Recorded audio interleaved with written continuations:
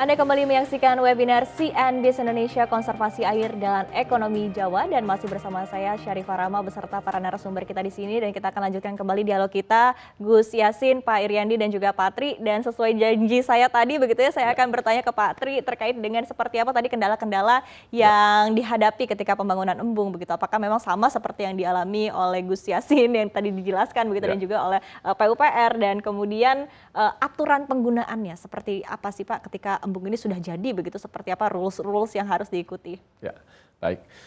Memang terus terang memang pastilah dalam suatu kegiatan tidak mungkin semuanya smooth, pasti ada suatu kendala-kendala juga. Dan kami juga merasakan apa yang tadi disampaikan oleh Gus Yassin maupun Pak Iriandi, kurang lebih kendala-kendala itu kami rasakan juga. Nah mungkin memang kalau dari sisi kami, pengalaman kami terutama terkait dengan lahan menjadi salah satu utamanya dari sisi kendala. Tapi memang kebetulan kebijakan kami memang tidak untuk membeli lahan atau membeli tanah gitu loh. Jadi sehingga yang kami lakukan tadi seperti saya sampaikan, pentingnya kami bekerja sama dan berdiskusi dengan masyarakat sekitar, di mana masyarakat akan menerima manfaat untuk bagaimana caranya bisa kita mengakomodir program ini. Jadi di beberapa tempat, beberapa lokasi, lahannya itu sebenarnya adalah lahannya desa, Mbak. Lahan desa, tanah yang memang dikuasai oleh desa. Dan dengan kesepakatan masyarakat bahwa tanah itu nanti akan dibangunkan embung. Nah disitulah peran kami akan masuk. Oke, setelah ada kesepakatan kami akan masuk, kemudian kami bekerja sama dengan mitra LSM yang bisa membangun dan kita akan membangun bersama-sama. Nah tadi sampaikan masyarakat tentunya mulai turut serta tuh, mereka ikut membangun dan lain sebagainya. Dan tentunya yang kemudian ke depannya menjadi pertanyaan berikutnya, setelah embung ini dibangun bagaimana pemanfaatannya. Dan ini juga penting bagaimana kami mencoba untuk dalam satu kegiatan ini membangun kelompok masyarakat atau kesepakatan masyarakat untuk pengelolaannya, Mbak. Jadi memang tadi disampaikan Pak Iriandi, memang embung yang kebetulan kami bangun itu adalah embung tada hujan. Jadi memang tidak didesain untuk bisa menyediakan menggantikan kebutuhan air 100% pada saat musim kemarau. Karena memang umumnya tidak mungkin, Mbak. Kecuali kita bangunnya sangat besar sekali embungnya. Nah, jadi yang terjadi adalah masyarakat biasanya bersepakat untuk bagaimana mengelolanya. Pada saat musim kemarau, setelah airnya terkumpul, pada musim hujan kemudian airnya terkumpul, pada saat musim kemarau masyarakat akan mempunyai kesepakatan untuk bagaimana memanfaatkan airnya. Umumnya yang memang dilakukan masyarakat adalah air itu dimanfaatkan untuk kebutuhan pertanian, tapi bukan kebutuhan pertanian yang intensif air. Jadi mungkin bukan untuk padi, tapi bisa saja misalnya palawija, buah-buahan dan sebagainya. Sehingga mereka bisa tetap memanfaatkan untuk kebutuhan air yang intensifnya seperti sawah mungkin di musim hujan, tapi begitu musim kemarau mereka masih ada pertanian lain yang mereka bisa tetap jalankan sehingga tetap mendapatkan hasil, Mbak. Nah inilah yang memang dilakukan oleh masyarakat, sehingga umumnya ini dilakukan oleh kelompok masyarakat, apakah itu melalui Karang Tarunanya atau mungkin mendorong terbentuknya BUMDes dan lain sebagainya, Mbak. Termasuk tadi misalnya tadi Mbak Iva juga sempat menyampaikan mungkin ada manfaat lain seperti misalnya manfaat pariwisata, Mbak. Nah beberapa embung itu malah menjadi sekarang tempatnya, mungkin tempat berkumpulnya orang-orang di sore-sore atau pada saat Sabtu atau Minggu, sehingga itu menjadi objek wisata juga. Dan ini mau nggak mau pendapatannya dikelola oleh masyarakat sekitar, Mbak. Sehingga manfaatnya benar-benar dirasakan oleh masyarakat, dari sisi airnya bisa mengairi pertanian masyarakat sekitar embung. Kemudian kalau ada hasil pariwisatanya ya dikelola oleh masyarakat juga dan juga oleh desa untuk manfaat mereka bersama untuk pengelolaan embungnya ke depan, Mbak. Apalagi kalau embung Gerigak itu lokasinya juga pas di bibir pantai. Betul. Begitu. Jadi selain yang dua di Jawa Tengah, kebetulan di Jawa juga kami ada embung Gerigak di pinggir pantai dan juga di daerah ada juga di Gunung Kidul dan Pacitan, Mbak. Jadi memang agak unik, beberapa lokasi itu sangat menarik, sangat instagramable, Mbak. Berarti memang tadi ya sekaligus ya Pak ya. Jadi betul. Memang satu dayung 2-3 pulau terlampaui, termasuk adalah manfaat ekonomi. Betul. Begitu. Nah berbicara terkait dengan manfaat ekonomi, nah ini kira-kira seperti apa nih Gus Yassin, dan mungkin bisa sekaligus dengan closing statement-nya dari Gus Yassin terkait dengan topik pembahasan kita di sepanjang diskusi ini, silahkan. Terima kasih Mbak Iva. Saya setuju dengan Mas Tri bahwa memang dampak dari pembangunan bendungan itu harus berdampak kepada masyarakat. Yang paling utama tadi sudah dijelaskan bahwa dampak dari bendungan tentu bisa mengontrol yang mana biasanya persawahan atau perkebunan yang biasanya panen 1 tahun sekali bisa 2 kali. Seperti di daerah saya, Mbak, daerah saya juga daerah yang kering di Kabupaten Rembang, di Provinsi Jawa Tengah, tadi juga masuk rawan kekeringan. Di sana juga sebenarnya ada potensi-potensi yang dimiliki oleh masyarakat.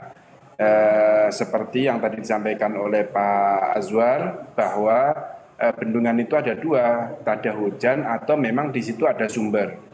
Nah, kalau di Jawa Tengah itu kita terkenal kan dengan umbul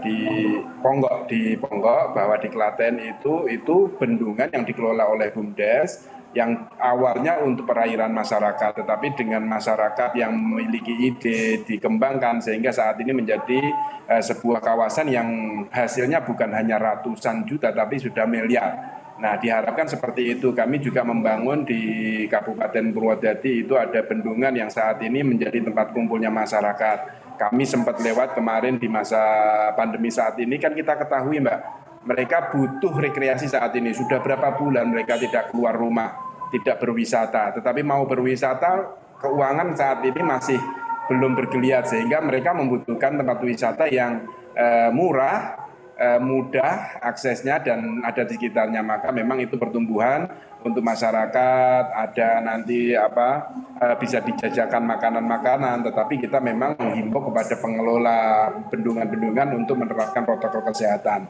Dan yang saya harapkan closing untuk acara ini, saya menyampaikan apresiasi kepada PT Coca-Cola, kepada Pak Azwar dari PUPR yang membangun bendungan-bendungan kami, dan saya menghimbau kepada masyarakat tolong dirawat. Kita sama-sama menjaga, jangan hanya mengandalkan pemerintah saja untuk menjaga, tetapi kesadaran kita ketika kita memang butuh air dari bendungan, ayo kita bicarakan bersama-sama. Jangan disodet-sodet, dimasukin paralon-paralon yang tidak benar, tapi dampaknya nanti kebanjiran dan lain sebagainya. Ayo kita bareng-bareng. Kalau memang membutuhkan, kita rembukan dengan masyarakat lewat kepala desanya, lewat paguyubannya, di mana saja yang belum diairi, kita akan mengalokasikan perairan itu kepada pertanian. Matur suwun. Oke, terima kasih Pak. Tadi sekali lagi ya, ayo sama-sama kita rawat sudah jadi begitu dan kita maksimalkan potensi dari embung-embung yang sudah ada saat ini. Dan saya akan beralih ke Pak Iriandi. Seperti apa Pak closing statement dari Anda? Sebagaimana tadi Pak Gus Yassin ya, bahwa di awal tadi saya sampaikan bahwa khusus Pulau Jawa ini sudah ketersediaan airnya sudah sangat defisit, sehingga mengenai ketersediaan air, menjaga keberadaan air, konservasi air ini kita tidak bisa berjalan sendiri. Harus semua elemen bergerak bersama-sama, apakah itu pemerintah, apakah itu masyarakat, apakah itu swasta, ini harus bersama-sama demi kepentingan kita bersama. Karena semakin lama ketersediaan air pasti akan menjadi semakin sangat terbatas, dan tentunya butuh sinergitas sebagaimana yang sudah dilakukan oleh teman-teman dari PT Coca-Cola. Saya sangat apresiasi kepada Pak Tri, mungkin suatu saat nanti kita bisa diskusi bersama-sama, mungkin kita bisa kolaborasi dari rekomendasi teknis mengenai tipe-tipe embung, dan juga pada Pak Gus Yassin, kami selalu mendukung di setiap pemerintah daerah, khususnya mengenai konservasi air, ketersediaan air baku. Terima kasih. Siap, terima kasih Pak Iriandi. Dan berikutnya ke Pak Tri, seperti apa Pak closing statement dari Anda? Terima kasih Mbak Eva. Memang kalau mungkin dari saya ngelihatnya memang ini seperti sampaikan tadi Pak Gus Yassin juga Pak Iriandi, air ini adalah suatu anugerah sebenarnya. Tinggal bagaimana kita bisa mengelola untuk menjadi suatu berkah, bukan menjadi suatu bencana. Dan tentunya harapan kami adalah kita seluruh pemangku kepentingan, seluruh masyarakat maupun swasta dan juga pemerintah, kita bisa bersama-sama duduk bersama untuk bagaimana kita bisa mengelola air itu untuk memberikan manfaat yang sebesar-besarnya bagi kita semua, Mbak. Mungkin di situ sih dari situ kita Oke. ngeliatnya. Siap, terima kasih sekali lagi ya. Memang air ini kita bagaimana caranya kita agar air ini tetap menjadi berkah begitu, jangan sampai menjadi bencana, dan sekali lagi ya infrastruktur yang sudah dibangun tetap harus kita jaga bersama-sama dan kita manfaatkan sebaik mungkin. Dan terima kasih yang luar biasa saya ucapkan kepada para narasumber kita, baik Gus Yassin yang telah hadir secara virtual, begitu juga Pak Iriandi telah hadir. Terima kasih yang luar biasa, dan tentunya juga kepada Pak Tri, terima kasih. Dan demikian webinar CNBC Indonesia bertajuk Konservasi Air dan Ekonomi Jawa yang dipersembahkan oleh Coca-Cola Foundation Indonesia serta didukung oleh Coca-Cola Indonesia. Terus saksikan CNBC Indonesia di cnbcindonesia.com, Transvision Channel 805 dan juga via UCTV di IndiHome. Saya Syarifah Rahma pamit undur diri, sampai jumpa di webinar CNBC Indonesia selanjutnya. CNBC Indonesia Beyond Business.